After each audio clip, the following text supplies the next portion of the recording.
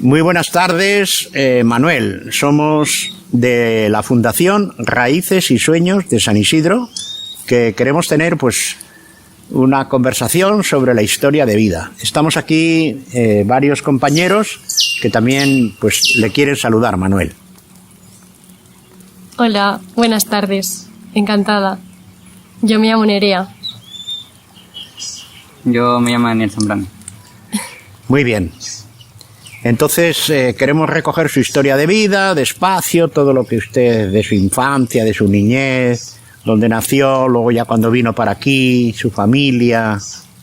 Pero también queremos después, más adelante, que nos cuente todo el proceso de la organización de las comunidades que usted desde el comienzo participó, ¿no? Y también en la historia de vida es muy importante, pues, todo el desarrollo de las comunidades, de la organización de los pobres, de la fundación, pero vamos a ir despacio. Entonces, primero díganos sus dos nombres y sus apellidos y su edad. Bueno, buenas tardes con todos.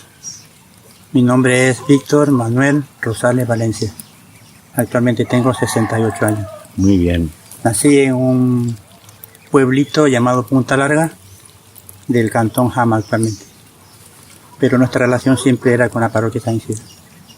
Incluso estoy inscrito en la parroquia San Isidro. Mis padres, a raíz del año 1960, hubo aquí en el Ecuador, principalmente en la costa, una temporada de sequía. Y en 1961 llegamos a vivir aquí a Pichiba. Yo tenía actualmente 5 años. Y ahí pues hemos vivido aquí toda la vida. Aquí me crié, estudié la primaria, trabajé con mis padres, hice mi familia, me casé, tuve 6 hijos, con lo cual me siento muy contento. Tengo 18 nietos y 2 bisnietos. Y bueno, contar un poco sobre la crianza. Yo creo que todos sabemos los mayores que la crianza antigua era bien estricta.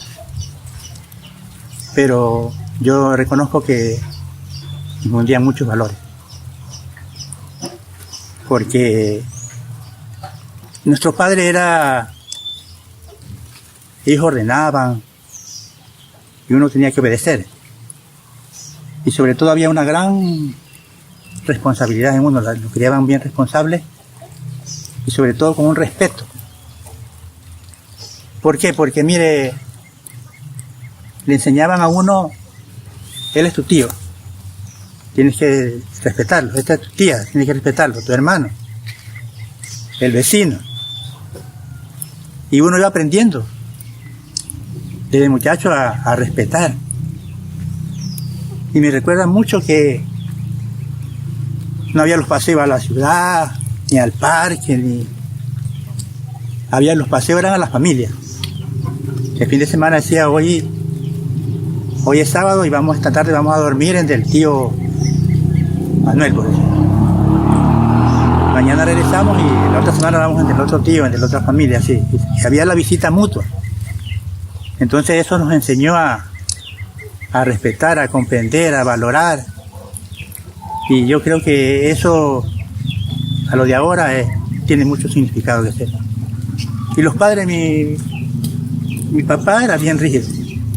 Decimos nosotros que yo considero que era machista. Machista. Sí. Mi madre no podía salir a ningún lado porque sin el permiso de él, y si era que podía llevarnos a todos, iba, y si no, no. Nosotros fuimos 13 hermanos. 13. 7 varones y 6 mujeres. Y él no nos castigaba así con fuete, pero con una mirada que nos pegara ya sabíamos qué teníamos que hacer. Entonces ese era el estilo de ellos, ¿no? El estilo. Y ya digo, uno aprendió, eso le sirvió para educarse, para valorar, sobre todo para responder a la crianza. Esos valores que dice que sus papás les enseñaban, has dicho el respeto, ¿no? ¿Y qué otros valores así importantes te parece que les transmitieron sus papás, además del respeto? Bueno, había la solidaridad, porque había que ayudarse a la familia, entre hermanos. Me acuerdo que yo, desde muchacho siempre yo quería ser profesor cuando fuera grande. Y fui el primero de la familia que terminé la escuela. Me convertí en profesor de mis hermanos. Porque como yo era el primero que había aprendido, que había terminado la primaria, yo tenía que enseñar a los otros y a que cumplan con sus tareas y todo eso. Entonces no se me hizo difícil porque el compromiso era estos principios que nos enseñaban eran de ahí, de partir de la familia, que había que apoyarse, que había que educarse. Eso de la educación era importantísimo porque, bueno, yo tengo 3 hermanas mayores y ellas sí cuando saludaban tenían que pedir la bendición. Al papá. Buenos días, papito, y la bendición. Yo ya no. Pero sí era... ¿Cómo es esa diferencia? A ver, explica. ¿Por qué ellas pedían la bendición y tú no? Porque ellas ya se habían criado a ese estilo, ¿no? Yo ya, no porque era varón, pero yo decía, ¿Habías estudiado un poco bueno, más? no era que había estudiado, pero desde pequeño en la casa, buenos días papá, buenos días mamá. Así era fue mi. ¿Y su papá cómo era? Has dicho que era estricto, pero así cómo era su carácter con ustedes, su relación, su manera de ser, ¿cómo era él? No, a pesar de ser un poco, tener ese estilo, él era un poco comunicativo. Era comunicativo. Sí, porque por ejemplo él siempre fue trabajador al machete, siempre.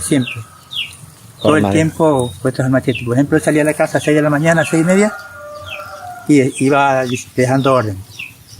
Hoy día tienen que ir a hacer acá, trabajar acá, a amarrar el burro allá, a cortar el pasto para el caballo, a subir el agua, a hacer las leñas. Ya iba dejando y nosotros lo que nos tocaba era hacer eso. Porque también en nuestra época había lo de la escuela, que nosotros tuvimos la oportunidad, yo tuve la oportunidad de ir a la escuela desde pequeño. Eran las 2 jornadas. Y uno se levantaba a las 6 de la mañana, vivíamos en el campo, había que ir a traer el agua lejos. Antes de venirnos a clase, a las 6:30, 7 que veníamos, teníamos que ir a dejar un viaje de agua con las marimbas de caña que se utilizaban. Despedíamos el agua y ya los bañábamos, los lavábamos, veníamos, desayunábamos y a la escuela. A las 2:30 regresábamos vuelta porque íbamos a almorzar. Y era distante, echábamos 1 hora de camino para ir y otra hora para venir. También comíamos y teníamos que ir a dejar otro viaje de agua y vuelta a la escuela. Y como se hacían las cosas, mamá también era bien. Ella decía, muchachos, tienen que hacer tal cosa porque después tu papá viene disgustado. Y todos hacíamos, entonces no había motivo para que nos castigaran, así. Sino que más bien ayudábamos a las tareas de la casa. ¿Y su mamá? ¿Cómo era el carácter de ella? ¿Qué diferencia había con el papá? ¿Cómo les trataba ella? ¿Ella les comprendía más o era también así? Ella era muy diferente, ella nos comprendía más. Por ejemplo, ella decía uno quería pedir algo, le pedíamos primero a ella y después ella le decía a mi papá. Y siempre estaba ella pendiente de lo que... Los hijos. De los hijos, sí. Sí. Ella era más diferente. Como madre, o sea, madre ya todo... Siempre decía, para no tener problemas con nadie, usted siempre tiene que ser responsable, tienen que hacer esto, tienen que hacer lo que le corresponde. ¿Y su mamá cómo era así, como persona, como de carácter? Dices que su papá era machista, ella... ¿Cómo era esa relación? ¿No? ¿Se dejaba dominar? Ella era... Parece que sí, ella lo que hacía era como obedecer lo que él decía. Porque ella decía, para no tener problemas, yo mejor hago esto o no voy a tal parte, así decía. Pero no le respondía nunca. Así que le castigaba a ella, nunca vimos nosotros. O sea, yo principalmente nunca vi que le castigaba. O sea, él era así, tenía su carácter, pero ella no, es como... Nunca utilizó la violencia. No daba motivo, no le castigaba. ¿Y cómo fue la educación que les daban a los hijos, a las hijas, ellos, tu papá, tu mamá? Bueno, la educación era, o sea, partiendo de los valores, el respeto que decían antes, ¿no? Pero era igual o... Pero decía, ya tienen que... Ustedes van creciendo, por decirse. ¿A las chicas o a los chicos? A las chicas, sí, tienen que educarse y se tienen que hacer las cosas porque después a ustedes también les va a tocar hacer, se van a casar, se van a comprometer y también tienen que aprender. Era enseñarles. Una de esas cosas que tenía ella era que, por ejemplo, vengan hoy día le toca cocinar a fulana. Y ella estaba ahí, pero siempre apoyándola. Otra cosa que teníamos ahí también en la casa que éramos 2 hermanos que siempre estábamos ahí. En mi casa no comíamos en mesa. Comíamos en el piso, así todos 2 se nos hacían sentar así en un círculo. Y ahí todos, cada uno los ponía en su plato, ahí comíamos todos. ¿En el piso? En el piso. Todos nos sentábamos así cruzaditos y nadie se levantaba hasta que no acababa. Ah, hasta que no se acababa todo. Sí, no acabáramos todos juntos. O sea, todos comían juntos a la vez, nadie se levantaba. Hasta que estuvimos en la casa, pues todos éramos. ¿No había mesa? Pues, sí, bancos o no. Había una mesita pequeña. Ahí a veces comía mi papá, a veces 2, 3 personas comían ahí, pero siempre todos nosotros éramos en el piso, todos juntos. ¿Y tú eres de qué número haces de hermano? 4. Después de 3 mujeres. Sí, después de 3 mujeres, pero el primer varón. Primer varón. Sí. Y has dicho que eran 13 hermanos. 3 hermanos, sí. Y así de pequeñitos, ¿cómo era la relación entre los hermanos? O sea, ¿qué hacían? ¿Cómo compartían? ¿Cómo hablaban? ¿Jugaban? ¿Cómo se llevaban? ¿Peleaban? Nos llevábamos bien y bueno, cuando había que...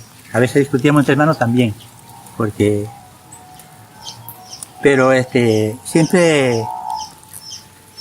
Yo era más mayor y siempre me obedecían a mí. Yo decía tal cosa, vamos a hacer tal cosa y yo también. Por ejemplo, vamos a jugar, hacíamos carritos de palo, de tarrina de sardinas, caballo de palo, cogíamos para jugar por las tardes cuando estábamos ocupados. Todos participaban.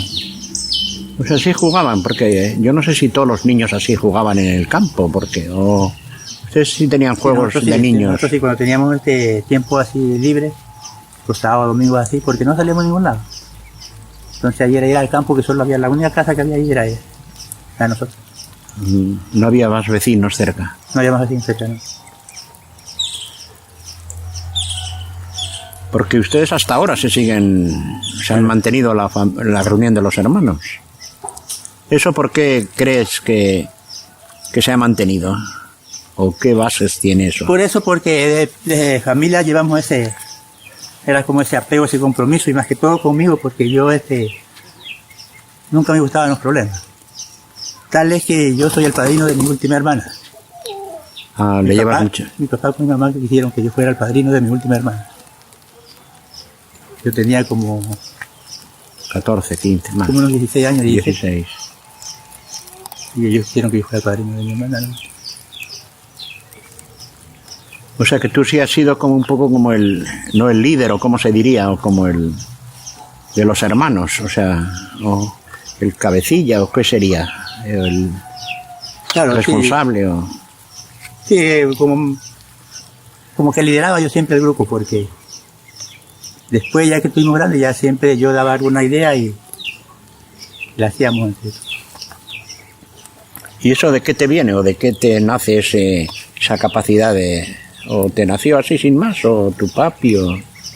Bueno, un poco me nació y otro poco fui aprendiendo. Porque yo desde muchacho me gustaba, por ejemplo, conversar, no tanto con los jóvenes, me gustaba conversar con las personas mayores. Y esas personas mayores contaban algo de la historia, del pueblo, todo, de la familia. Y eso se me iba como aprendiendo. Y eso me ayudó. Y después que ya yo tenía, en el 74 tenía como 16, 17 años, cuando llegaron los misioneros vascos aquí a Piquí. En el año 1924, y ya me involucré en ese grupo. Y ahí fui aprendiendo también a... ¿Qué aprendiste así lo más que te acuerdas? Muchas cosas. Entre una la participación, porque había que participar, ir tratando de organizarse, compartir. Entonces todas esas cosas me fue ayudando.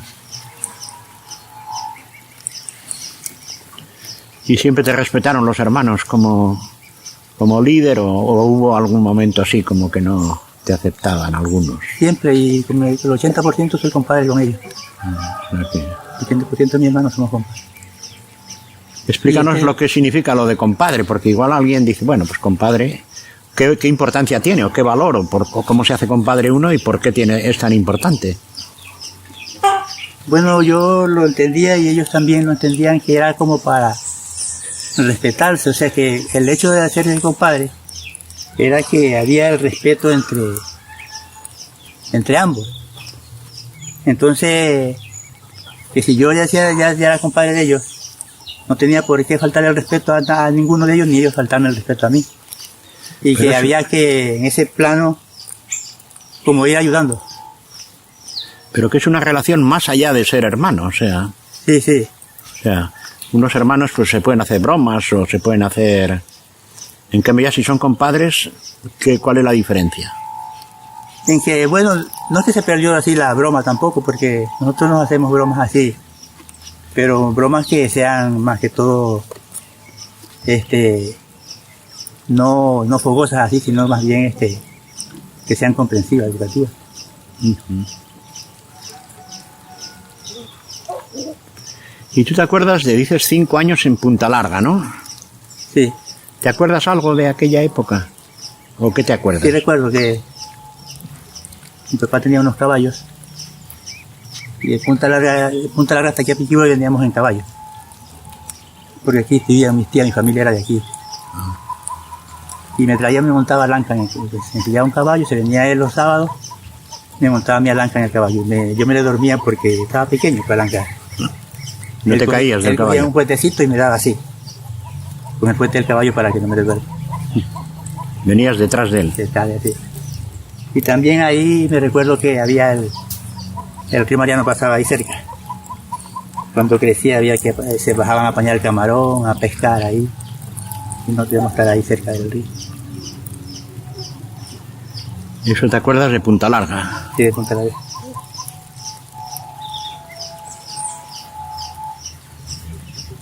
De muchachos.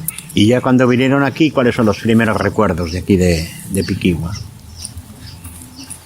El primer recuerdo es que ya me pusieron a la escuela. Había un solo profesor en la escuela, un paisano de Garra. ¿Un paisano? Sí. Un serrano de la sierra. Tenía mucho miedo porque decían que era bravísimo el profesor, que pegaba, castigaba. Y como yo tenía ya mis principios que había que cumplir, que había que hacer las cosas, nunca me castigó por eso. Yo siempre hacía todas las tareas. Una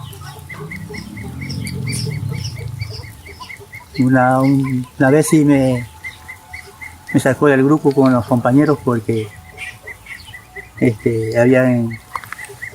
partía a una compañera, los compañeros le habían pegado un balonazo, pero solo le castigó al que perjudicó. Y ahí fui creciendo tal es que cuando llegué a 5º, 6º grado, era el profesor de primer grado. Ah, te mandaba... Me mandaba a ayudarle porque nomás tenía, él era un solo profesor y tenía 6 grados. Me mandaba a ayudarle y me decía que yo cuando fuera grande tenía que ser profesor. Profesor.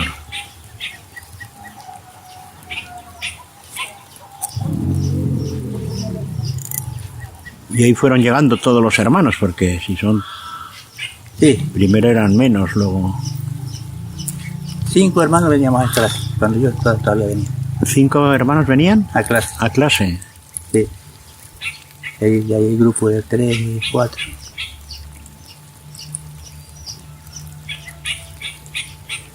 ¿Cuántos alumnos habría en la escuela? Había como unos 70, 80. Y él solo de profesor, Eso es lo profesor, sí. con todos los grados. Después ya llegó otro profesor más, 2. Hasta que yo terminé el 6º grado, quedaron 2 profesores.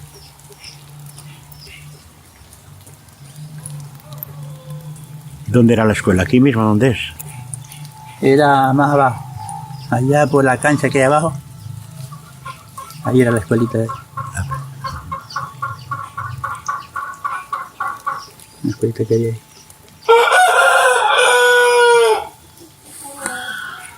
¿Y aquí tenían tierra tus papás o cómo se establecieron aquí? ¿Hicieron casa? ¿Cómo? No, vino a vivir a una finca de un tío, una tía, y ahí le dieron una casita para que viva y siempre vivimos ahí. Mi papá nunca ha tenido tierra, ¿No ha tenido tierra aquí? no. Solo allá, después que ya vivimos allá, le dieron como un pedacito así, Allá en Punta Larga. no, aquí arriba, Ah, le dieron un pedacito para, donde estaba la casita para que viva ahí.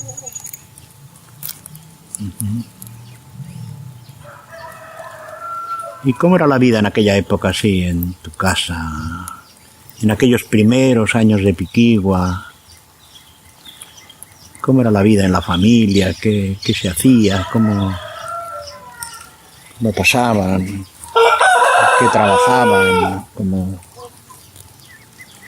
Ya le digo que era bien dura porque en mi casa solo trabajaba papá en Almacete.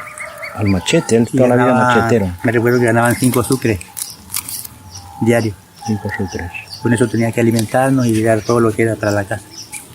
¿Y cómo hacía? Porque es casi imposible. Pero en la casa mamá siempre se preocupó porque hubiera la gallina, el pollo. Ahí donde vivíamos había guineo, había plátano, la yuca. Y él compraba nomás lo necesario, por ejemplo el arroz, la manteca, lo que no había, lo que no se cosechaba. Porque la gente en esa época se preocupaba por sembrar lo que se comía. Usted iba a una casa, todas las casas encontraba yuca. Encontraba huevos, encontraba pollo. Entonces lo que se compraba era... Y se trataba de sobrevivir. Porque no alcanzaba. Y también como la gente en el campo todavía era bastante solidaria, por ejemplo, venía acá abajo, sacaban vaca y le decía, él ayudaba a sacar vaca, A ordeñar. a ordeñar. Lleve aquí 3 litros de leche, 2 litros de leche, le daban quesito, le daban suero. Y así, Se pasaba. ahí se pasaba el tiempo. Pero todos ayudarían algo, porque Todo, si no... y otra de las cosas es que ya, por ejemplo, nosotros ya a los 10, 12 años ya trabajamos también al machete. Ganaban Ya jornada. ganábamos un jornal de así como de $5.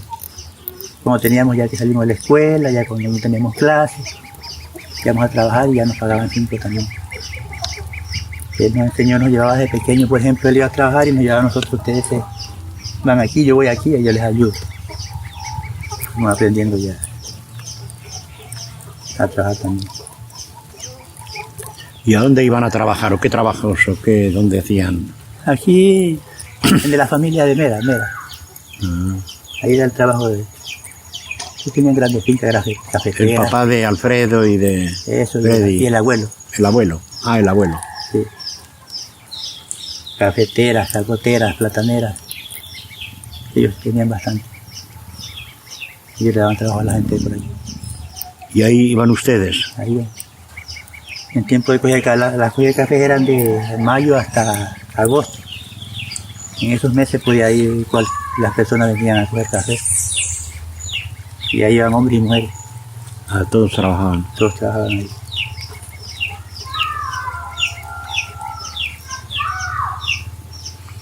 O sea que ustedes finca así de tener tierra propia no han tenido. No. Pero algo cosechaban, algo... Sí, por ejemplo, Sembraban algo. se cosechaba en las tierras, eso sí, no digo que la gente prestaba. Por ejemplo, el abuelo Cirilo, que le decíamos nosotros, que era el mayor de los Meras, ah, él prestaba, por ejemplo, decía, siembren maíz aquí, siembren tal cosa, y prestaban los terrenos para que la gente sembrara. Entonces igual se cosechaba.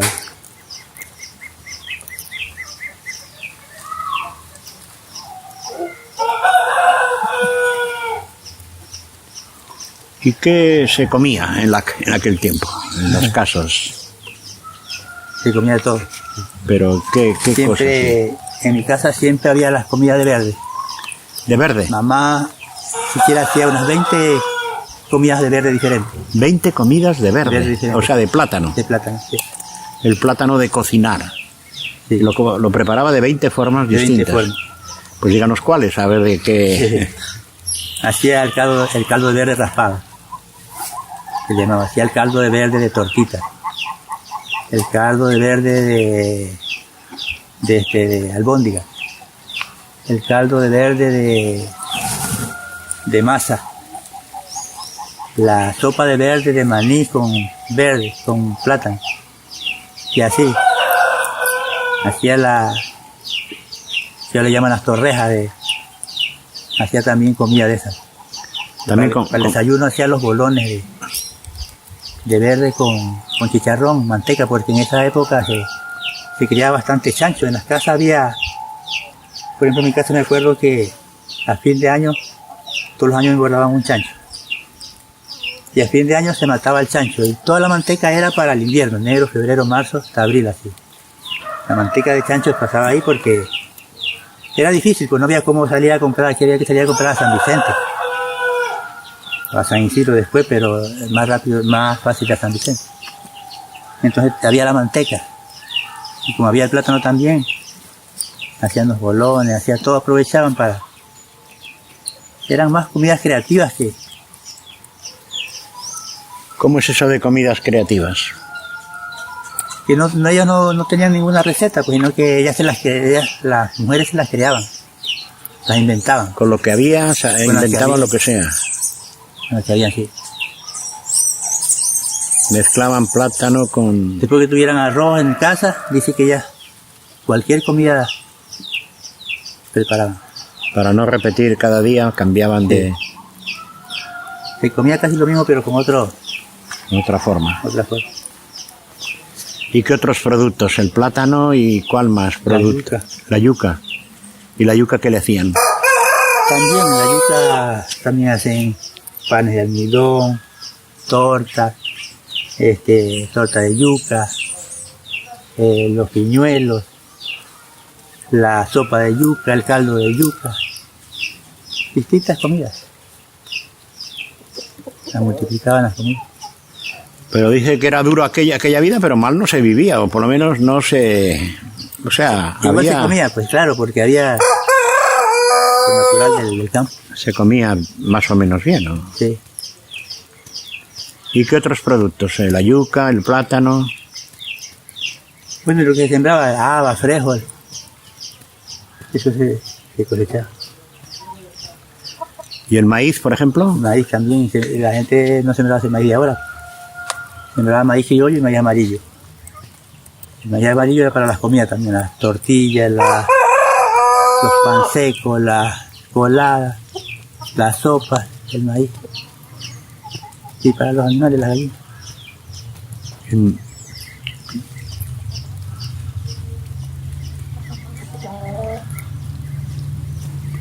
Y carne, tenían gallina, cerdo... Sí, cerdo era lo que más había en la casa, porque de ahí también la gente cazaba en el monte, pero papá nunca le gustó eso. Mi hermano y yo teníamos un cuñado que después que vivía más arriba, iba a cazar conejos, guantas, guatuzos. animales de la selva de cazar y él también agarraba a esos animales y también compartía. Pero a mi papá nunca le gustó No le gustaba la caza. no le gustaba la caza. ¿Y qué animales dices que se cazaban en esa época? Los conejos o las guantas que le llaman. ¿Cómo es la guanta? Es que Nerea me preguntaba cómo es la guanta. Yo no sabía cómo... Es un animalito rayadito, siempre rayado. Rayado. Rabito corto, no tiene colita. Y no crece tan grande. Y lo cazan para comer. Era buena carne. Buena carne. Había también venado en esa época. Ah, había venado. Sí. ¿Y qué más has dicho? Guanta, venado. Guatuso. ¿El guatuso cómo era? El guatuso es un animalito también así como parecido un poco al conejo, a la guanta, Ah, pero más pequeño. y de aves, por ejemplo, también se cazaba. Entonces también cazaban, había la pava de monte, Va en monte. la perdiz. Había O sea, ¿sí había bastante caza o...? no tanta, porque no había mucha. La población, por donde vivíamos nosotros, la población no era tan así, bastante, ¿no? Sino que eran pocas familias que había, pero esas pocas familias, una o dos que hacían casa. Pero no siempre, sino así que los fines de semana, una vez al mes.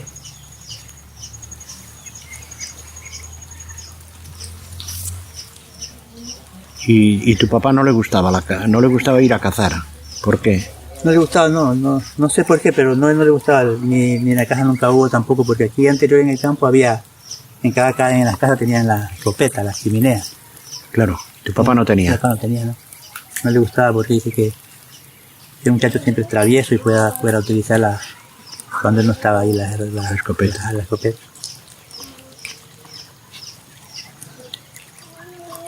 O sea que casi todo se cultivaba para comer. Casi todo se cultivaba para comer. Era poco lo que se compraba. ¿Qué se compraba así de lo que era necesario? El arroz porque no se cultivaba ya aquí no. Porque cultivaba. aquí también se cultivaba arroz, ¿o no? Anterior sí, pero ya en la época que yo me recuerdo ya no. Porque ya le caía peste, que anterior la gente no fumigaba. Entonces no sembraba más bien. Eso es que compraban la sal, que tampoco no había. O sea, Y aceite que compraban por ahí, manteca, sus libritas, porque no tenían nada de chancho, pero igual compraban de la otra. Eso es lo que más. se compraba. Eso era como lo básico que decían ellos. ¿Y el azúcar? Y azúcar también. Aquí caña no ha habido así, o Caña sí, trapiche. no, caña no ha habido eso. No ha habido antes. Y por ejemplo, la manteca de cerdo, ¿cómo se le hacía durar tantos meses, tantas personas en la casa? O sea, porque has dicho que todos los meses, enero, febrero, marzo, Sí, abril, para el invierno se han ellos guardado. ¿o que era un cerdo muy grande o es que, o cómo se le hacía durar? El cerdo lo engordaban, o sea, el cerdo grande. Lo engordaban 4 o 5 meses. Ya le mataban y le sacaban la manteca, le iban sacando la manteca, primero la manteca. Y esa manteca la decían ellos, la derriten. En candela la hacen. Una vez que esté ya derretida, le ponen algo de sal y la guardan en un recipiente. Y la guardan ahí ya con sal, no se daña. Ella duraba 2 o 3 meses. Pero cogerían poquito cada día, digo yo, para que dure tanto Sí, pues. tiempo, porque ahora las Ahí era por cucharadas, pues ahí no. Y en esa época no se comía casi frito. Era todo asado hornado. En horno, la leña era la que. Poco frito, la manteca era para el arroz, para la comida así, pero para freír muy poco. Porque no. Había la leña todo. Todo era hornado. Hornado, asado, cocinado.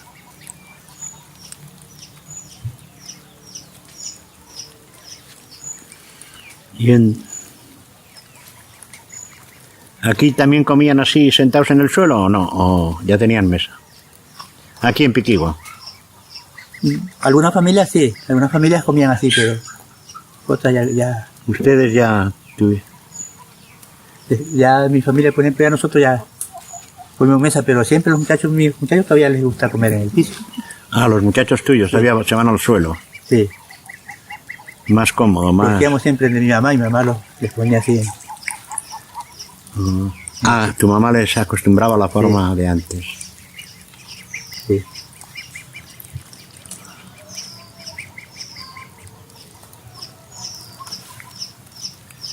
Está bien. ¿Y hacían alguna fiesta así en tu casa? ¿Celebraban así algunas festividades? En mi casa nunca hacían fiesta. O sea, algún Nunca, velorio. pero ¿no? había ya los velorios aquí abajo de la familia, había los velorios de San Pablo, de San Antonio, de la Virgen. Ahí sí venían, Iban allá. íbamos así. En tu casa no, tu papi nunca ha hecho así velorio. No, nunca. Nosotros salimos fiesteros, mis hijos son fiesteros. Tus hijas son fiesteras. ¿Y Claro. por qué son fiesteras? No sé pues dónde.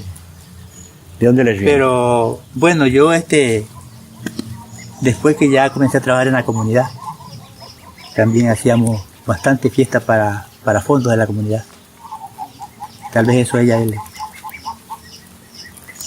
aprendieron de eso, porque una de las formas que tuvimos nosotros para adelantar la comunidad fue haciendo actividades. Y entre ellas iban los bailes. Y siempre hacíamos porque a veces necesitaba el club, necesitaba la iglesia, necesitaba la escuela, y para cualquier cosa se hacía una actividad. O sea, todas las cosas de la comunidad ustedes mismos las hicieron. ¿O Muchas. tuvieron ayudas? Muchas cosas de la comunidad las hicimos, el esfuerzo propio de la comunidad. Esfuerzo propio. Entonces casi no había ayudas así de fuera.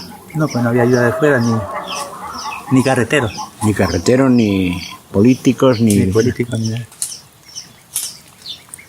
¿Y qué hicieron, por ejemplo?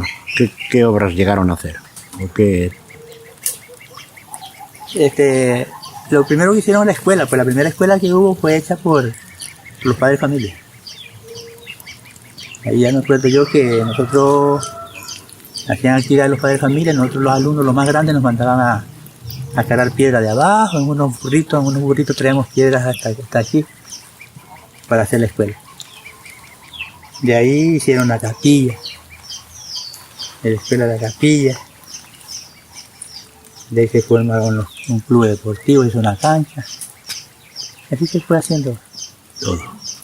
Sí, Todo esfuerzo propio. esfuerzo propio, sí.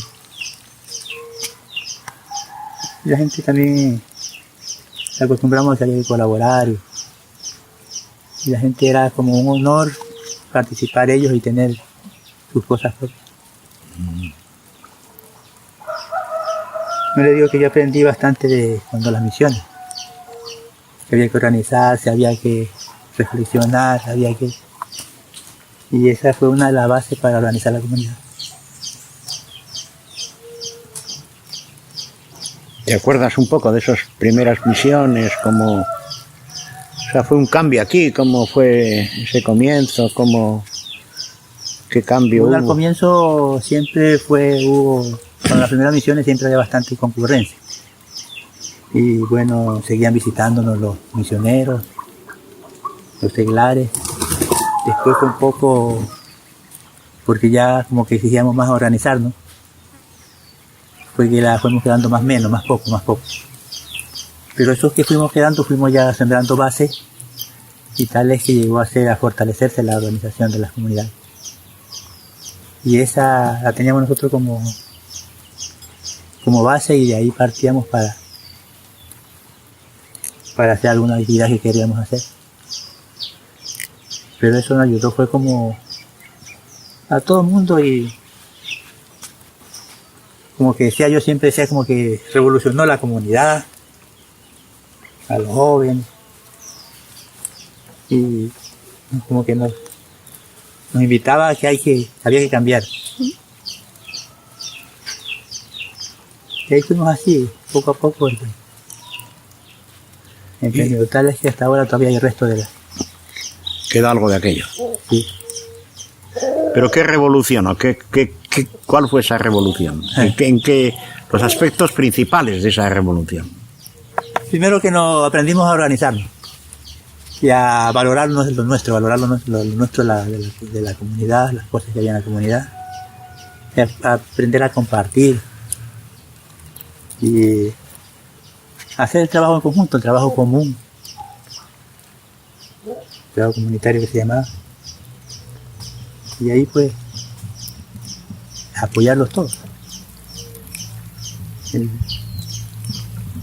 Y fuimos también, por ejemplo, vimos un factor importante que era la educación. Y a partir del año 80 yo comencé a dar educación de adultos. Educación de adultos con los adultos de aquí de la comunidad. Y ese fue el primer grupo que comenzamos a evolucionar. Y fueron tomando ya también conciencia de lo que había que hacer. Y ahí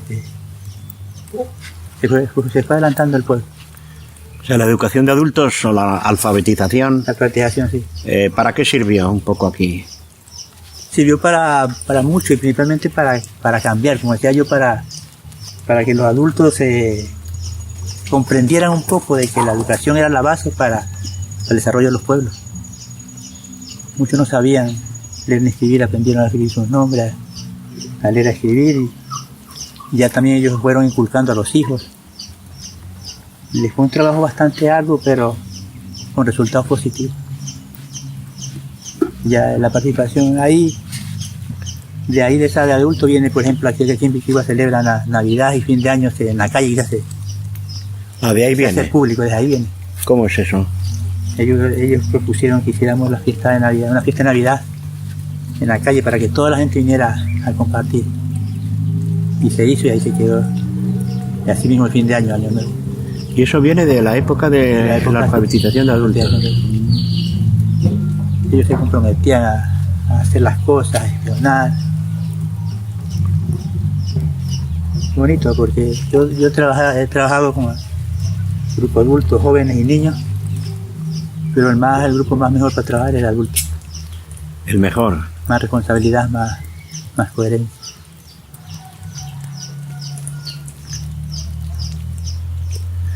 Y por ejemplo, esa revolución que dices tú en la comunidad, o sea, tú decías que en tu casa que había un machismo de tu padre. Eso, por ejemplo, en la comunidad, ¿cuál fue la revolución? Bueno, tal vez a los mayores, así como mi padre, no hubo cómo hacerlo cambiar tanto. Pero ya lo demás, ya hubo la participación de la mujer. Tal vez que usted ahorita ve que la mujer aquí en Piquigua participa en todas las acciones. La mujer está comprometida en el desarrollo de la comunidad, del pueblo. En esa época antes de esa época no se permitía eso. Pero ellos ya con eso de que fueron viendo que había que participar todos, también tuvieron la oportunidad ya las mujeres. Y se veía que como que la mujer tenía más facilidad para educar que los varones. Entonces ya se le fue dando la oportunidad de que la mujer participe.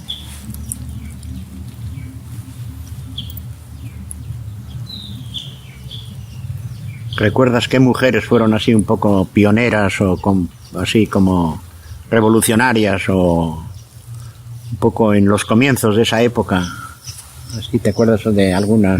Me acuerdo ahí eran 4 hermanas de apellido Lucas que eran bastante mayores y estuvieron ahí permanentes siempre en el centro, y era la señora Zenaida Lucas, ama de Vilma, la señora Brígida, mi hermana. ¿Tu hermana? No, la señora Brígidita. Hermana de ella. Hermana de ella, la señora Chepita Lucas también, que es hermana de ella. La señora Carmen. Carmen Lucas. Sí. Ellas fueron pioneras ahí en el grupo de alfabetización y ahí también ya comenzaron a trabajar también en la comunidad.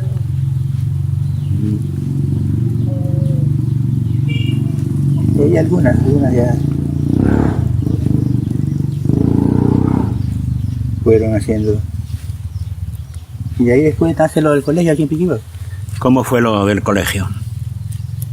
Ya cuando ya ellos tenían algunos años, ya unos 4 o 6 años ya en el programa de alfabetización, Entonces se veía que aquí en Piquigua no había, como que los muchachos terminaban la escuela y no había dónde ir para estudiar, todo el mundo tenía que quedarse ahí. Y un señor, habrá que crear un colegio aquí en Piquigua, pues dice, para que los niños... Eso lo dijo un señor. Sí. ¿Quién dijo? No, Mohen Rizo, el papá de la señora Neida. Ah, Y ahí, no estaba ahí don Félix Vélez también, entonces ellos aprobaron una moción. Y ahí ya había que gestionar. Bueno, ese año quedamos allí, el siguiente año se comenzó a gestionar, se buscó a alguien que nos ayude. Yo también estaba en ese grupo, entonces ya comenzamos a gestionar para ver qué se podía lograr. Bueno, y logramos en el año 85 comenzó a funcionar el colegio. 85. 1985. El colegio. Sí. ¿Y cómo funcionaba al principio? Creo que daban clases casi gratuitamente, sí, o cobraban algo. Comenzamos poniendo un horario por las tardes para que los profesores que trabajaban en la escuela mismo podían colaborar en el colegio, y no solo en la escuela de aquí, sino en la escuela de Chimborazo, en la escuela del entorno, porque Hipólito Intriago, que era de la escuela de San Lorenzo, desde allá venía a colaborar acá. Franklin Hernández venía de Santo Tomás, venía a colaborar, era casi voluntario, para que ofrecimos nuestro voluntariado para que se logre crearlo. El colegio, casi sin cobrar. Casi sin cobrar, sí. Y los chicos poco pagaban. Poco pagaban, daban como una ayuda para los gastos. Que el profesor se movilizara. Y ahí fue creando, fue fortaleciendo. Hasta ahora, que comenzamos con 32 alumnos, ahora ya son 800 casi. Y sobre todo eso ayudó a que la juventud pues se mantenga, que no se vaya, que se capacite, que se prepare aquí. Sí.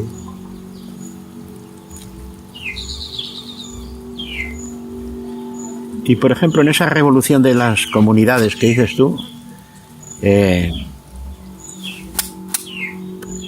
los jóvenes, los niños, antiguamente los jóvenes pues no podían ni abrir la boca delante de un adulto. ¿Cómo era eso?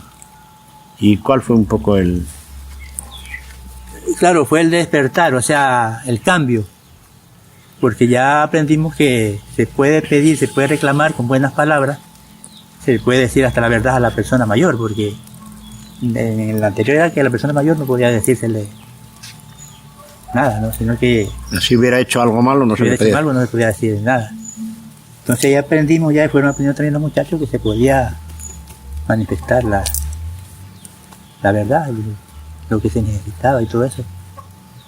Entonces se fue valorando eso y se fue emprendiendo. Entonces ya comenzó la gente a despertar. ¿Y los jóvenes participaban en la comunidad o cómo era la participación de los jóvenes? Participaban, siempre han participado los jóvenes. Hasta ahora, por ejemplo, vemos que la participación de ellos, más que todo aquí en Piquigua. Ellos, por ejemplo, dicen va a haber algún programa, va a haber algo aquí, siempre están para colaborar y para participar. Porque la formación que se les dio a ellos, principalmente en el colegio, en la comunidad, no era así de... impositiva. Positiva, no, que más bien era de participar, de colaborar.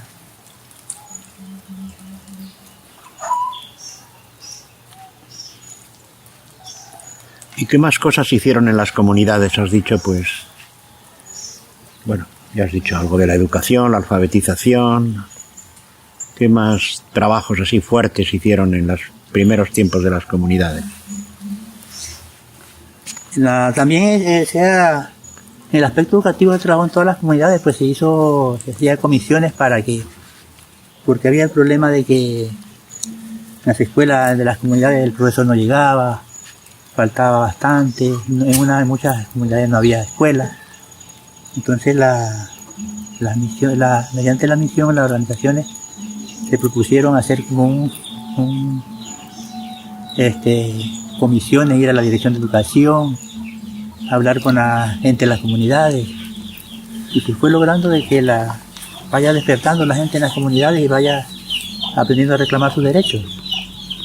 Entonces ahí se mejoró un poco la educación, aunque muchos profesores que venían de afuera como que no lo veían bien porque era como decían que le estaban a ellos quitando el trabajo, pero ellos después se fueron dando cuenta que era la realidad que estábamos diciendo. Y eso se logró un poco, y ahí bueno, ha habido cambios que ya fueron cambiando el sistema educativo también, ya fue otro. Y ya usted ahorita en todas las unidades encuentra su escuela y está ahí funcionando. Claro. Creo que dio resultado eso. Se llevaba un librito, un cuaderno anotando los días que venía el profesor, que no venía, la hora que venía, el control que llamábamos de las escuelas. Sí, se hizo en las comunidades, se organizó la gente para trabajar en común, se hacía trabajo comunitario, se buscó para salud, que la salud también era un problema que teníamos, hicieron botiquines comunitarios. Entonces, por eso decíamos al comienzo que para nosotros fue la llegada de las comunidades las comunidades de base fue como una revolución porque fue involucrando a todos, ya como despertando a toda la gente, para chicos y grandes, para participar. Las bodegas también, ¿no? Las bodegas comunitarias. Nos podemos conversar de eso, hay días enteros para conversar. Claro, claro. Por ejemplo, las reuniones parroquiales y cantonales. Eso era una fiesta. Las zonales. Íbamos allá a Vallenica cada año. O sea, que se movían por todo el país preparándose, capacitándose, conociendo. Eso también despertó mucho, ayudó mucho a la gente a formarse.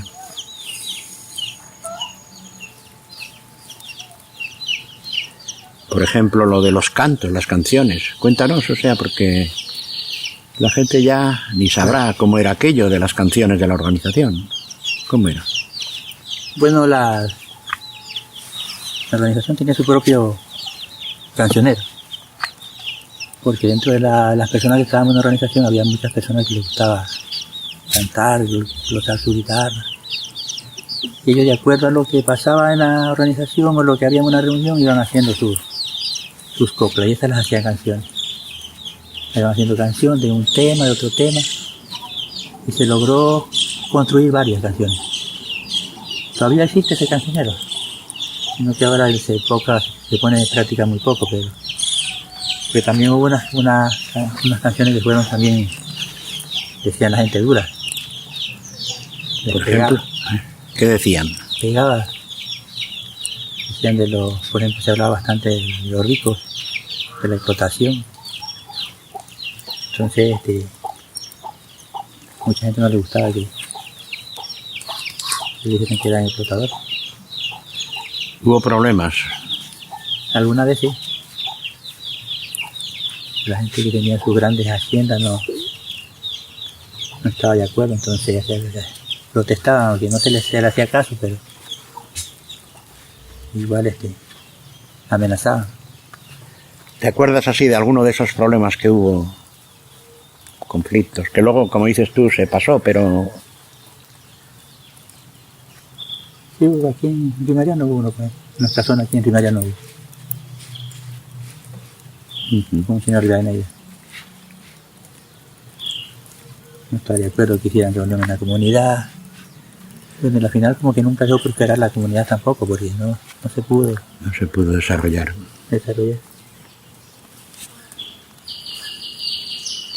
Y en Bahía también, ¿no? Hubo una... En Bahía también.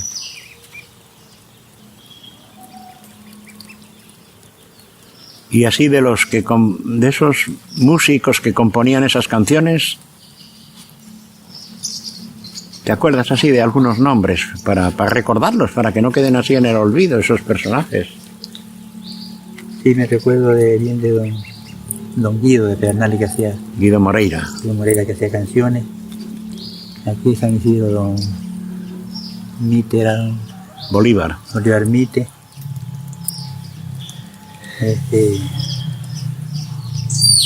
Y eso no sé más recuerdo que hacían. El de la chonta, ¿te acuerdas? La chonta también, Candela. Manuel Candela. Manuel Candela. Siempre tocaba la guitarra y le ponía música y todo, letra y música. Don Ulvio. Muy ganchoso. Estero seco. La señora Panchita. Panchita Zambrano de Los Perales. La Fortuna. ¿Y de alguna canción te acuerdas? ¿Te suena así? Eran muy famosas, muy populares, pero tendríamos que cantarlas algún día. ¿Te Claro. viene? Levántese campesino, que vienen los misioneros. Trayéndonos un mensaje. que cuando manda del cielo. Y no tenemos que- Y este nivel No me recuerdo de Don Guido, este nivel de la organización que se nivela por todo el mundo entero, que va alumbrando como una estrellita hasta llegar a la gente pobrecita. Bueno, muchas canciones de esas muy míticas, o sea, que se cantaban con todo furor, hechas por los campesinos, algunos no digo analfabetos, pero que no sabían igual leer, pero muy justo. Pero sí, eso marcó una época y se hizo un cancionero como 60 canciones, se manejaba mucho. Y también se cantaba en la iglesia, ¿no? Sí, pues muchas se cantaban en la iglesia. ¿Y cómo verías tú, o sea, toda esta revolución que dices tú de las comunidades, de la participación de la gente, mayores, jóvenes, niños, pero se basó en la palabra de Dios, o sea, ¿cómo fue esa palabra de Dios? ¿O por qué esa palabra de Dios tuvo esa fuerza revolucionaria? ¿O qué te parece? O no sé si ahora tiene esa fuerza revolucionaria, ¿no? Pero ¿cuál es un poco la...? Bueno, en esa época nosotros siempre tuvimos, como decíamos, que era la base para la organización de la palabra de Dios. Porque, bueno, eso ayudaba a reflexionar los temas que no que se escogían en esa época, sino porque todos los temas de la palabra de la Biblia tienen su contenido. Y se reflexionaban y luego eso como que íbamos a la práctica. Decíamos, por ejemplo, Dios quiere esto de nosotros.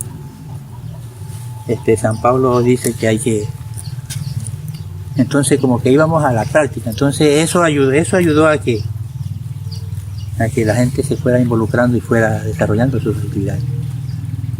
Porque no nos quedábamos ahí porque leí el texto y quedarnos ahí. Ahora se lee, pero ya no, como que no hay el contenido esencial de la palabra de Dios, no hay la práctica. Porque en algunas organizaciones se lee la palabra de Dios. Porque sí, esa como que era la principal, como que lo empujaba a que había que decir las cosas, que se comparaba. ¿Sí?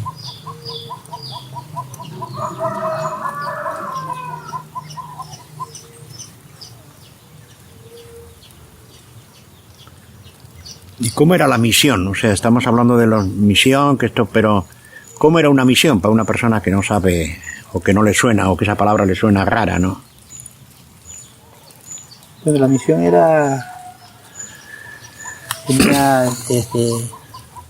siempre fue dirigida. Venían 2, 3 misioneros o personas de la parroquia, porque siempre venían los misioneros, venían del País Vasco de España, o de aquí, los primeros fueron de aquí de Riobamba, por aquí. De aquí se apoyaban unos a otros, ¿no? Venían a una comunidad y visitaban todas las familias de la comunidad. Y por la noche hacían una reunión.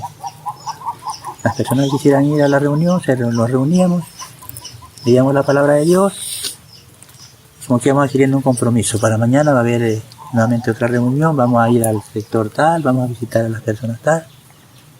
Y ya la gente como que se iba comprometiendo. Entonces eso, y siempre, por encima de todo, siempre en nuestros pueblos todavía han tenido respeto a los sacerdotes, a los curas, siempre han sido considerados.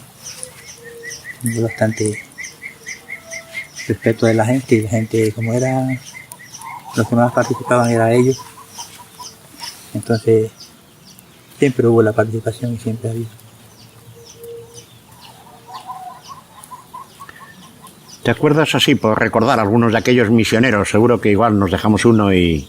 Pero así para recordarlos, para sus nombres y de aquella época, tanto de los de aquí, de los de fuera, o sea, algunos misioneros y misioneras, ¿no? Porque hubo de todo. Pero dinos un poco así algunos nombres que tú recuerdas. Aquí los primeros que llegaron aquí fue el padre Carlos Vera. Carlos Vera y Lidia, que eran de Arribamba. De ahí vino padre Germán, la madre Pilar Gauna, madre Consuelo, el padre Ernesto, el padre Alfredo. Vino un misionero de los seglares, vino después Néstor, Aitor.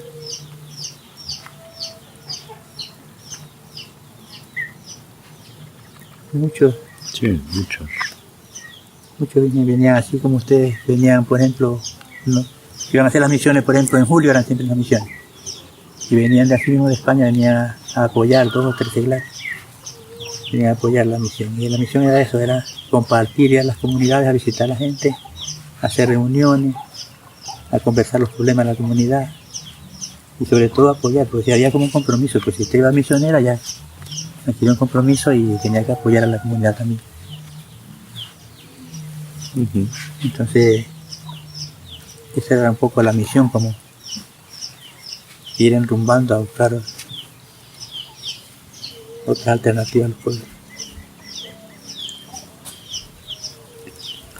Y de los seglares de aquí, de la parroquia, bueno, ¿nos podrías decir algo, por ejemplo, de quién era y cómo era la mamá Enriqueta? Tú, gente, pues ahora se han pasado 30 años de que murió pero yo creo que habría que recordarla o explicarnos un poco quién era ella. La mamá Enriqueta, la señora Enriqueta Salvatierra en San Isidro, fue la primera señora que se preocupó porque en San Isidro haya iglesia. Ella vivía ahí, todas las personas que... Ella rezaba. En la parroquia, en todas las casas donde había finado, donde había velorio, donde había... Ella era la que rezaba. Y tal es que ahí fueron formando la iglesia y ella era como la mayordoma.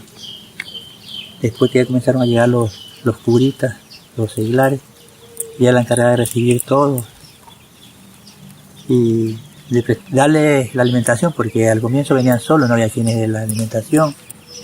Ella se preocupaba por tenerles la comida y todo eso. Por ejemplo, venía a los campos, venía ella también a veces a solicitar algo para que ayudarle a dejar.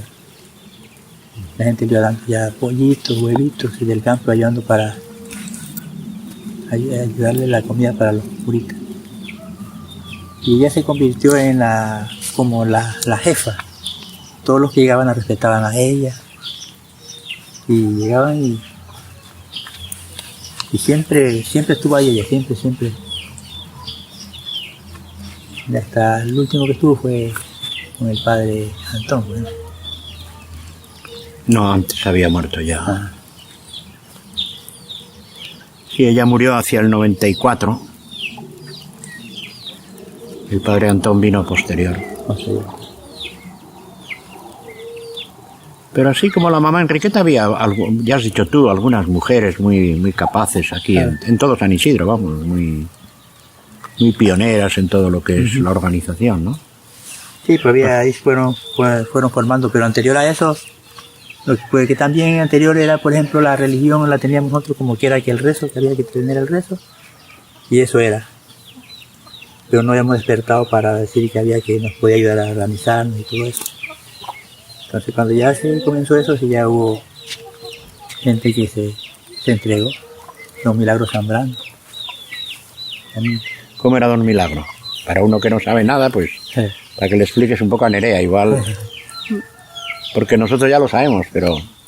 Y a Daniel también, que no sabrá quién era Don Milagro. Era una persona mayor ya, cuando yo ya lo conocía, Don Milagro yo tenía más de 60 años. parece que tenía. Y él se entregó a las reuniones, él a toda parte iba, a toda parte a acompañar, había una reunión, allá estaba él, había una visita allá, iba. Y no era que si tenía carro iba, y si no, no. De San Isidro tenía esta acá caminando. Se alzaba una bolsita aquí, una, llamaban ¿cómo se llama?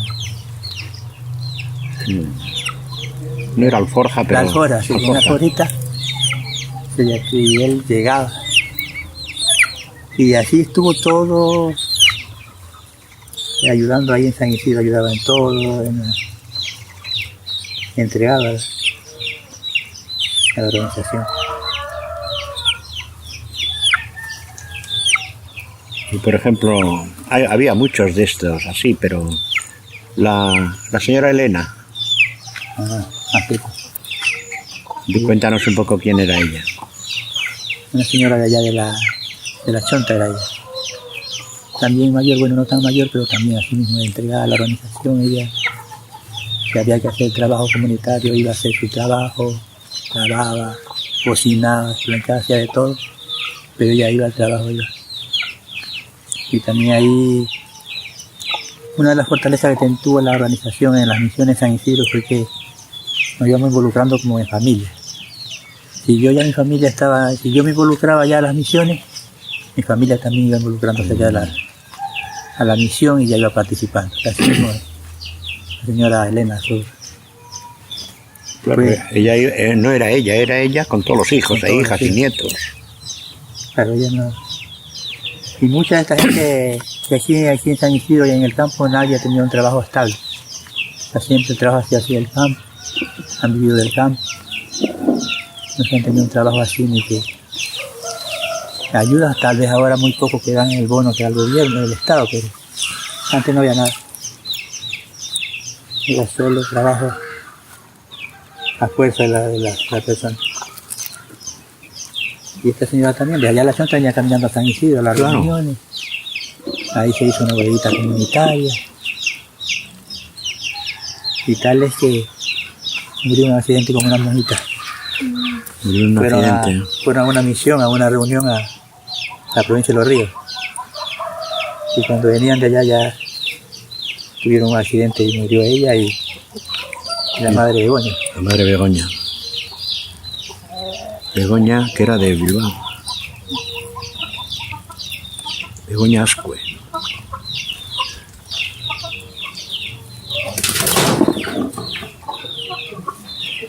Y háblanos también un poquito, aunque sea un poco triste para ti, pero de tu señora, de tu esposa, de Edith. Porque todo lo que has dicho de estas mujeres, Edith igual era distinta, pero también era así como una líder, ¿no? Sí. No tan habladora, pero era líder. Aunque sea un poco doloroso para ti, pero bueno. Explícanos un poco. Bueno, yo me casé en el año 77, en 1977 con Edith Vélez. Y también era una mujer que estaba también dentro de la organización. También metía, no participaba así tanto porque por los muchachos, por los hijos, después ya tuve que ella también estaba metida en una organización y participaba sobre todo por la liberación de las mujeres, siempre ella luchó por la liberación de las mujeres.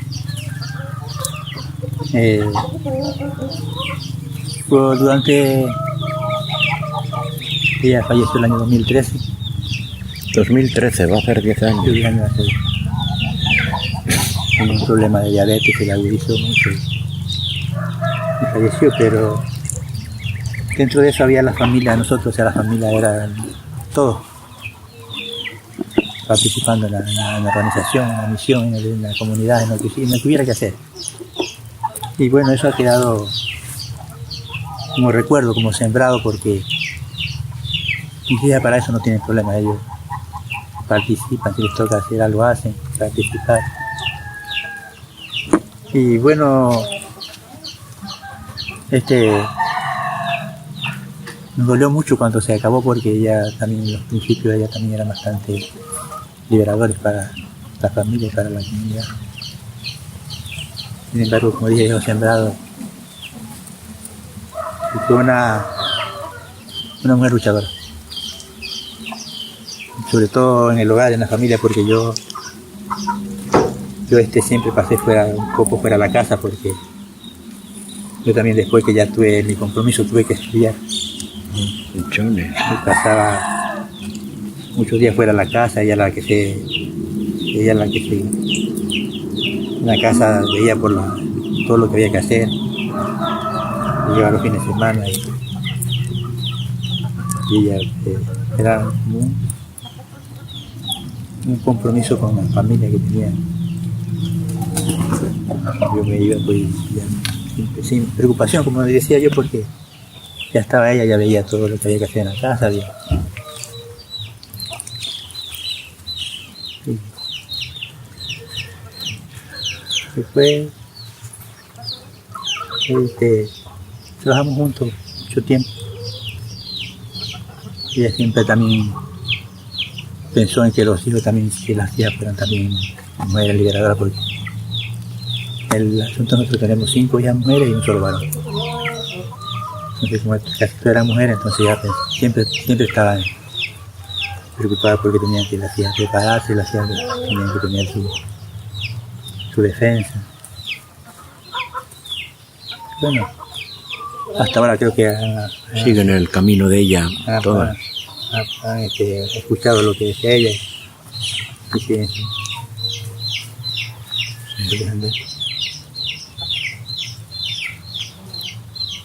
Yo digo siempre que ella, bueno, pues había muchas mujeres que hablaban, que participaban, que reflexionaban muy bien. Ella no hablaba tanto, escuchaba.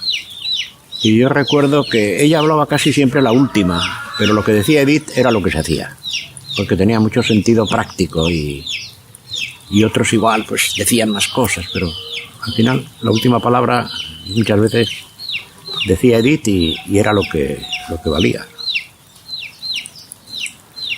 Sí. Y estuvieron en España los dos, sí, invitados por nosotros. Sí, por las misiones diocesanas fuimos en el año 2001. 2001. En marzo fuimos un mes, fuimos allá. Todo el país va. Sí, conocieron, sí. Bonito, un gran recuerdo de esas tierras.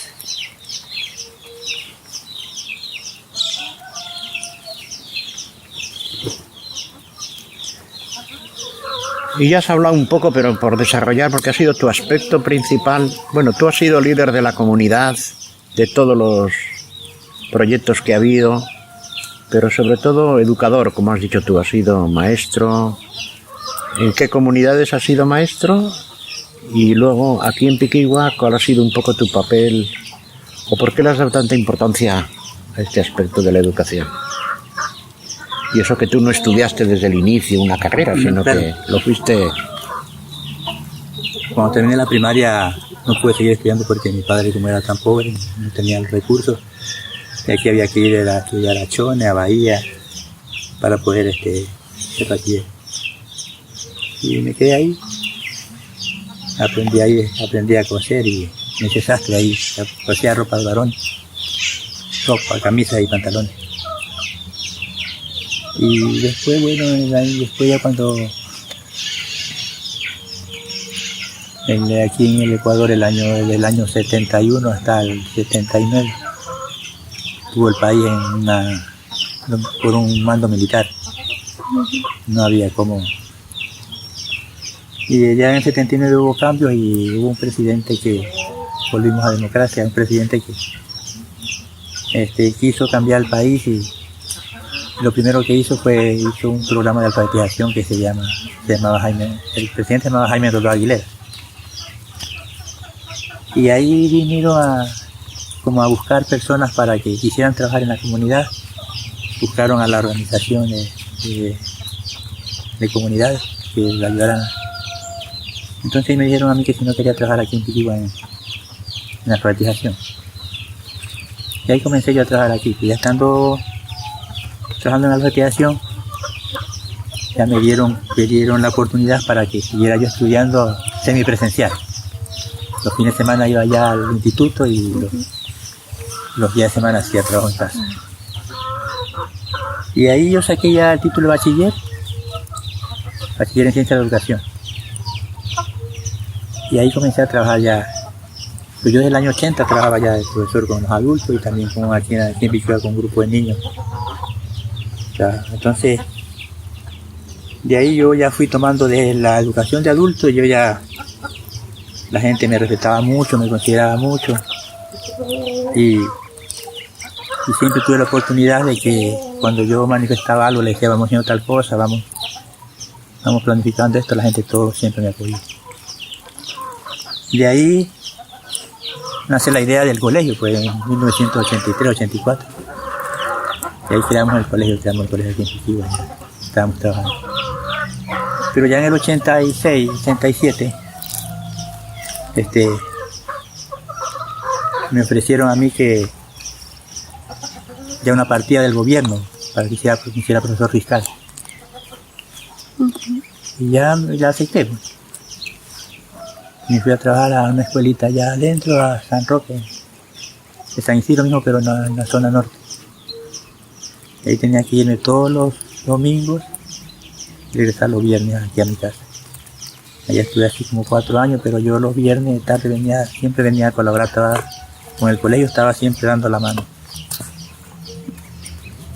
Y allá estuve después, estar allá ya 4 años, me cambié aquí. Más cerca aquí Santa Teresa, aquí arribita, en una escuelita, así mismo, y venía por las tardes, venía todos los días, iba en la mañana allá arriba y tarde de mediodía bajaba y venía a colaborar en el colegio y vuelta a la tarde. Y después ya hubo la oportunidad de venirme aquí a la escuela de Piquigua. Y ya vine aquí en el año como en el 94. Y ya me radiqué aquí en Piquigua a trabajar. Y de ahí ya seguí en el colegio en las tardes. Pero hay vuelta porque yo quería seguir mejorando. Y un profesor que fue mi padrino cuando me gradué me decía que había la oportunidad de sacar el título de segunda enseñanza en una universidad, también así semipresencial. También lo anoté y lo hice después, la licenciatura también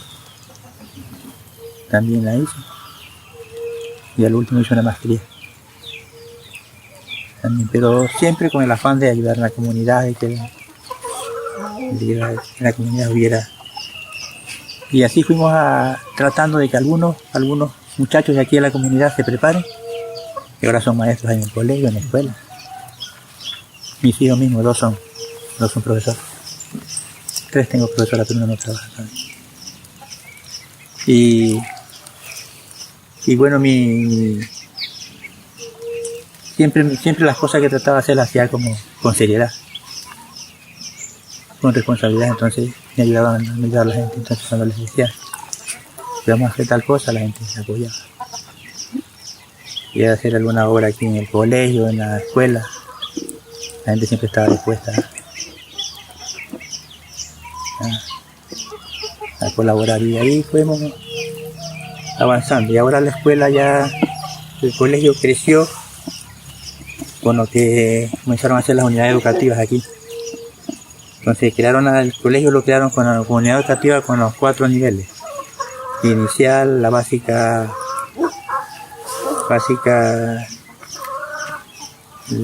segundo, sí, de ahí la básica completa y bachillerato. Entonces ya lo pusieron como para que toda esta zona venga hasta la unidad educativa. Entonces ahí la unidad educativa creció y ahora tiene bastante alumnos, bastante profesores. Entonces, porque yo siempre tenía la idea de que la educación siempre manda. Por donde hay educación hay desarrollo. Si no hay educación no hay desarrollo. Y eso es lo que hemos tratado de que el pueblo se prepare. Yo digo que, porque anterior como yo era el que coordinaba, lideraba las cosas, siempre yo estaba en los programas, que dirigiendo, que haciendo. Ahora esté yo o no esté, hay los programas, hay quien nos dirija y la gente se aprendió bastante. Y eso me llena mucho de satisfacción. Me jubilé hace 4 años ya. Tuve un problema neurológico. Y eso Y también ya tuve que cumplir el tiempo de servicio. Y me jubilé. Oye, a ti te han buscado, es una pregunta un poco complicada, pero hay que decirla también, ¿no? Te han buscado siempre todos los políticos, o sea, los políticos, los alcaldes, todos, los prefectos, siempre van buscando los líderes de las comunidades. Y a ti te habrán venido todos, me imagino. Y tú, bueno, cuéntanos un poco esa experiencia, o que así has aceptado. Sí, siempre me han intentado los políticos, siempre.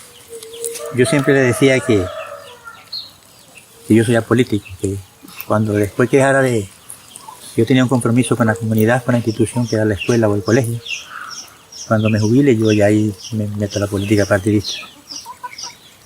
Entonces, nunca me ha gustado la política partidista, porque es algo que como que no está dentro de la organización de un pueblo.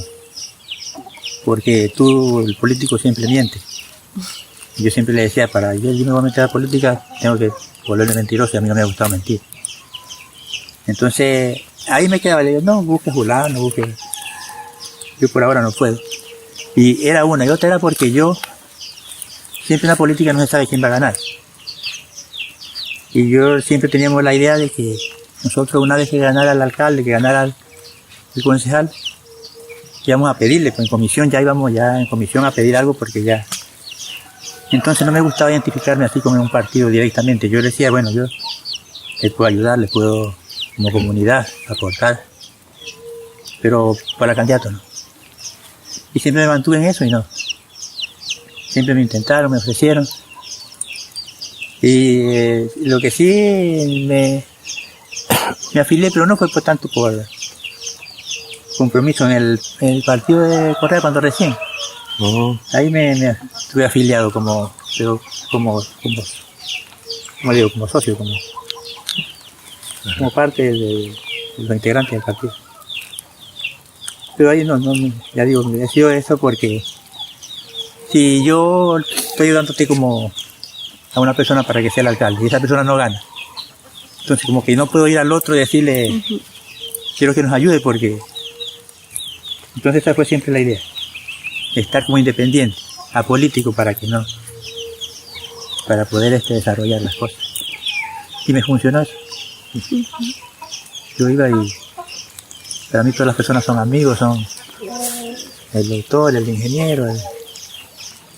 Y al final has conseguido más que cualquiera, claro, porque has conseguido fiscalizar el colegio, tantas cosas para Piquigua, ¿no? Sí. O sea, Piquigua, y no andando así, le digo, metido así atrás de un político. No, por eso, ¿no? Sin andar metido en la política. No.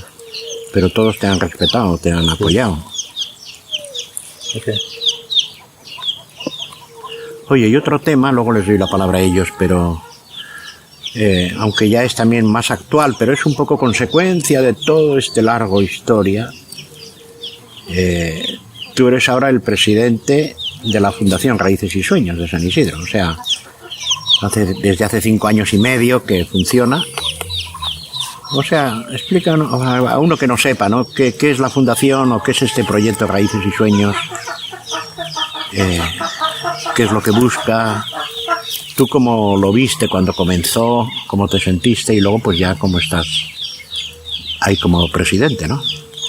Bueno, eso sí he tenido yo de anterior, que después que viera un proyecto que es positivo, que tiene encaminado a hacer cosas en bien de la comunidad, de la gente, me gustaba apoyar.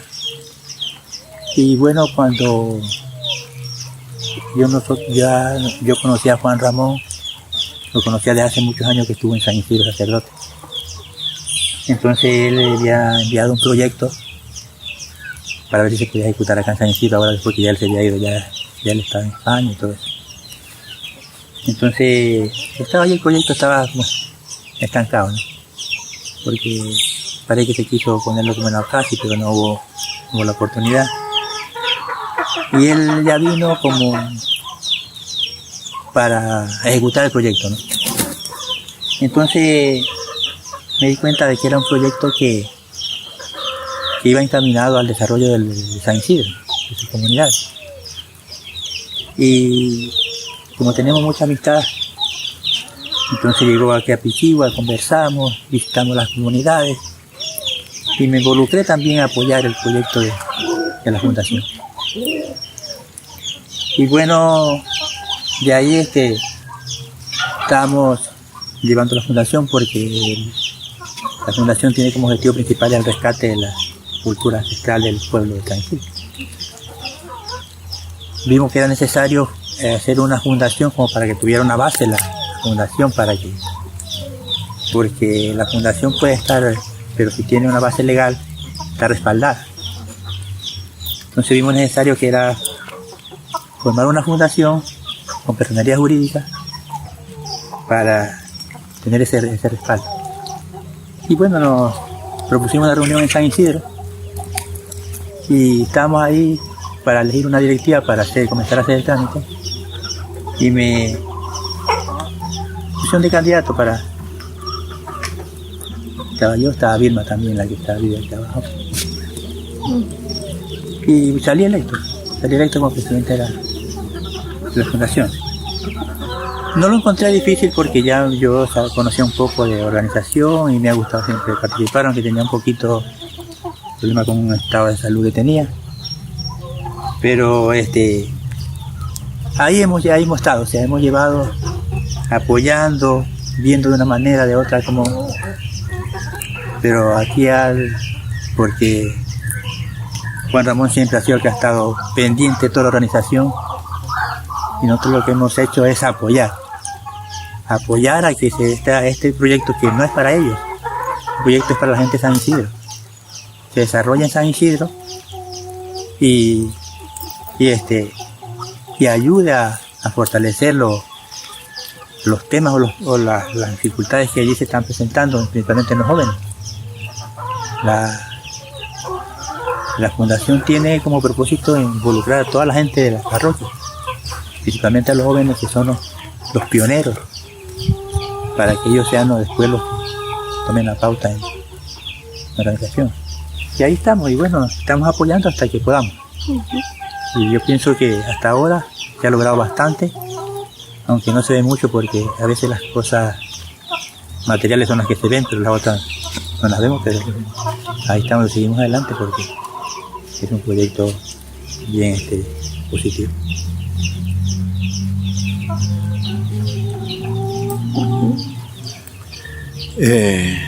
Nerea, ponte un poco junto a Manuel para que se te vea.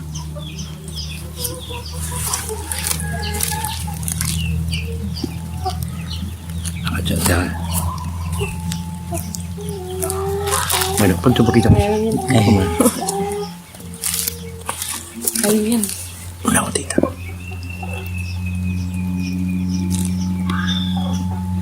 Bueno, Nerea se va a presentar ella misma, ¿no? Está recién llegada en Ecuador, no tiene ni 24 horas.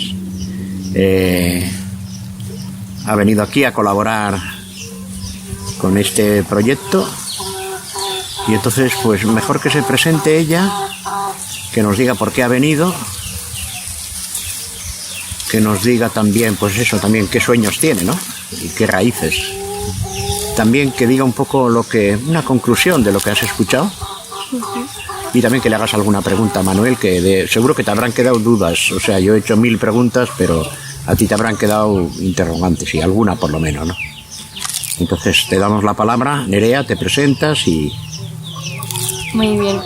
Bueno, pues yo me llamo Nerea, soy una de las cooperantes de las aceptadas del gobierno vasco, y bueno, cuando me dieron la oportunidad de participar con Raíces y Sueños, me explicaron un poquito de qué trataba el proyecto, y me llamó mucho la atención porque parece que el objetivo que se intenta llegar en Raíces y Sueños tiene mucho que ver con de dónde soy yo. O sea, País Vasco, al fin y al cabo, creo que también tenemos esa dificultad,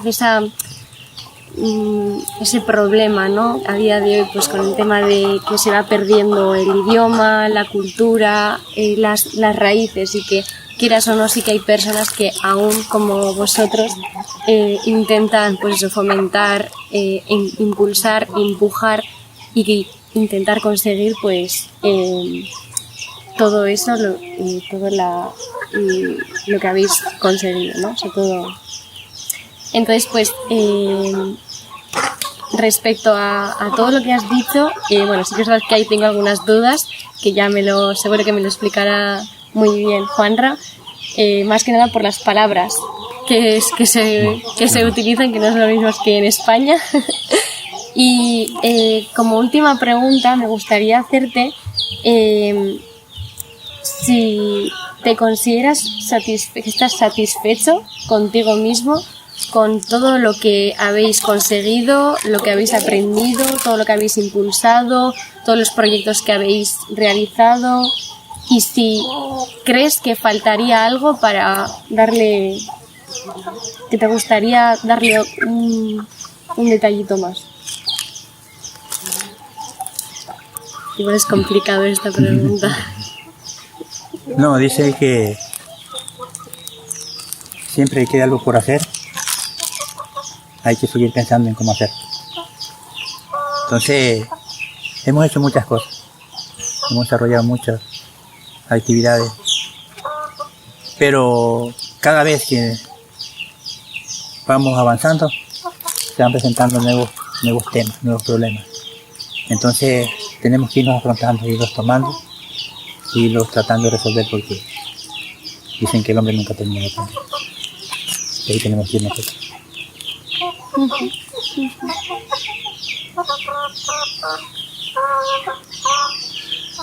Danos alguna idea, bueno, es decir, estás recién aterrizada, como dices, pero dices que ha conectado con algunos sentimientos tuyos. Entonces, bueno, danos alguna idea, alguna sugerencia, o simplemente, no propuesta, porque es difícil, pero no sé, apoya alguna de las cosas así que te parecen buenas y anímanos a seguir, porque, o sea, necesitamos, aunque es muy bonito todo lo que hemos hecho y vamos bien y cada día hay nuevos desafíos, pero yo por lo menos sí veo que necesitamos todos los apoyos, ¿no? Y ahora que vengan unos jóvenes del País Vasco, para nosotros es un paso.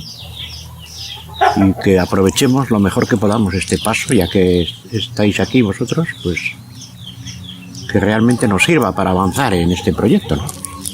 Yo así lo concibo, ¿no? O sea, que dos jóvenes, o sea, nosotros tenemos alianza con las universidades, con los políticos, con todos.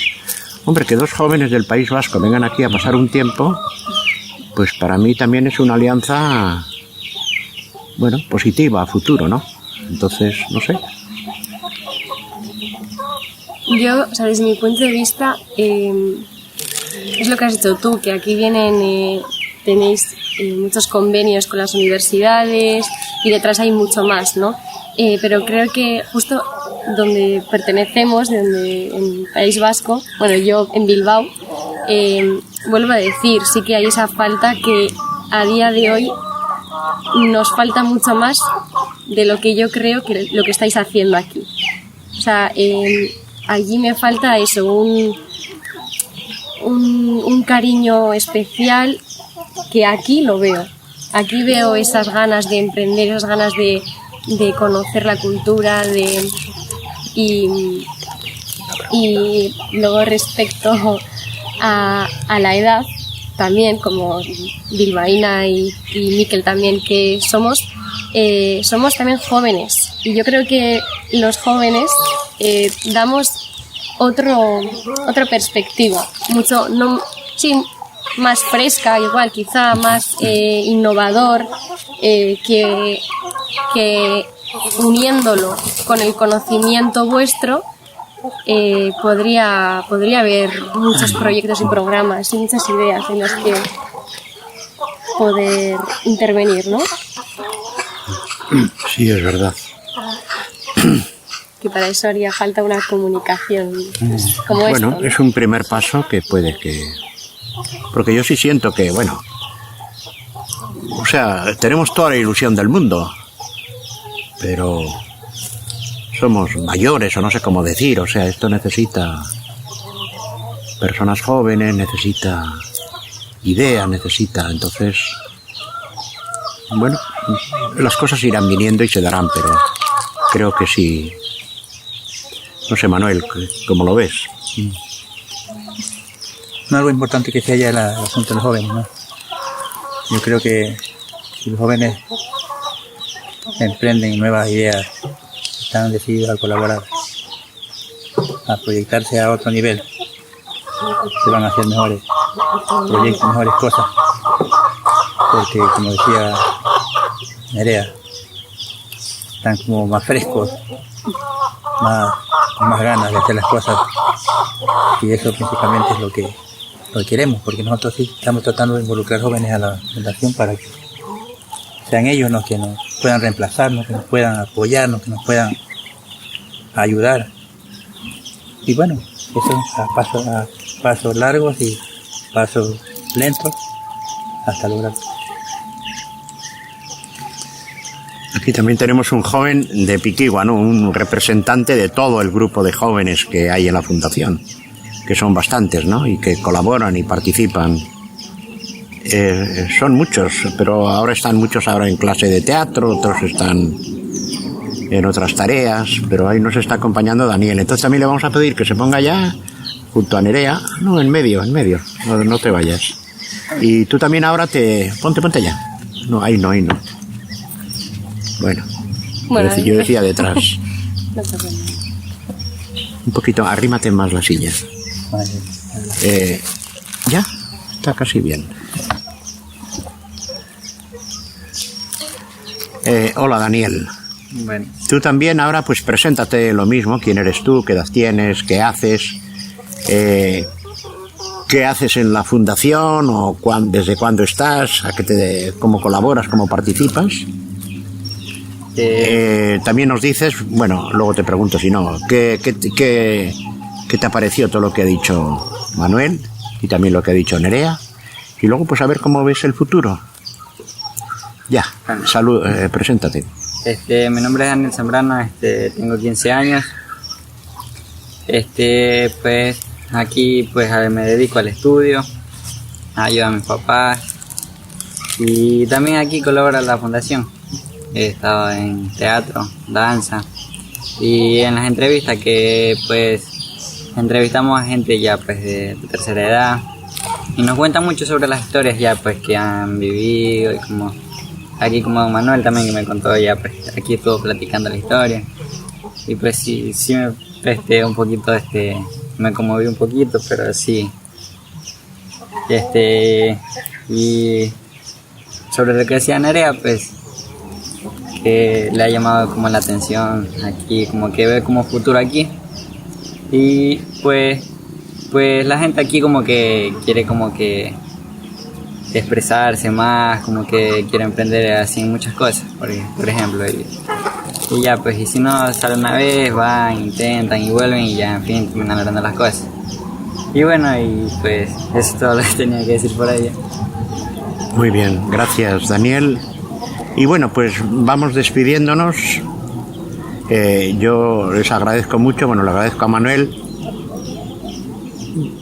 A mí me parece que, bueno, yo lo dejaría ahí. O sea, está grabado, pronto va a estar escrito.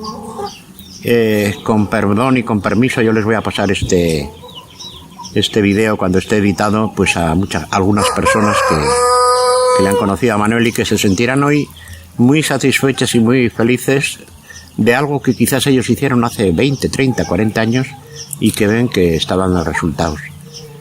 Entonces, sí, eso es un poco emocionante. O sea, para mí también las palabras de Manuel me emocionan un poco porque, no sé, es un afirmar y seguir, ¿no? Y también, bueno, ya he dicho Nerea que bueno, a mí yo soy así, o sea, yo con los jóvenes soy un poco viejo, pero me entusiasman estas pequeñas cositas que se puede hacer un joven, ¿no? también luego me defraudan, porque lo hacen un día una cosa, luego se olvidan, luego, o sea, hay que estar ahí siempre en una pelea, o sea, la constancia de los jóvenes, que para mí también es un desafío, que hay que mantenerlo, ¿no?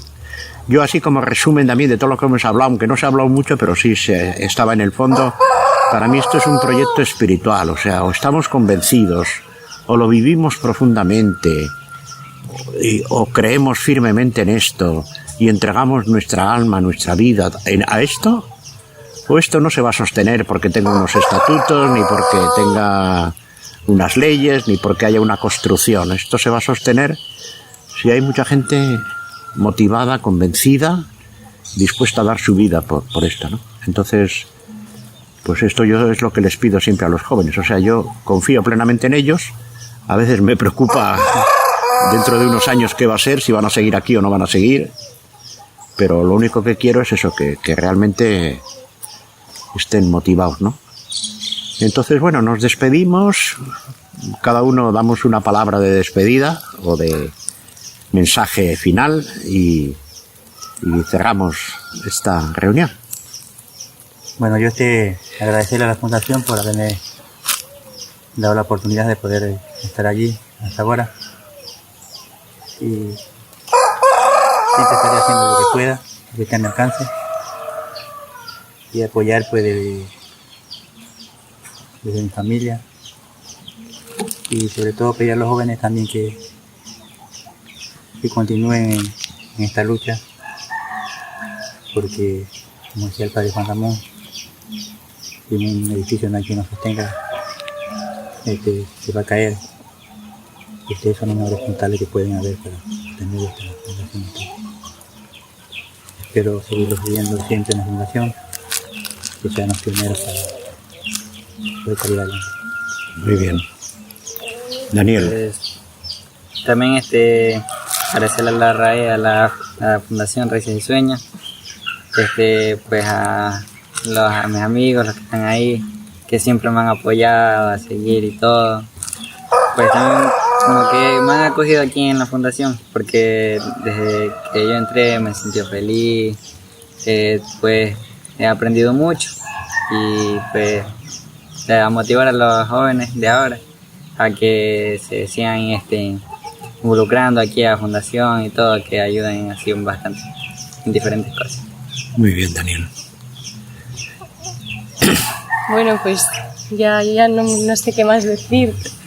Para cerrar, sí que creo que podemos concluir que no es solo una organización así, lineal, sino que tiene sus propias emociones y su propia armonía, por lo que veo.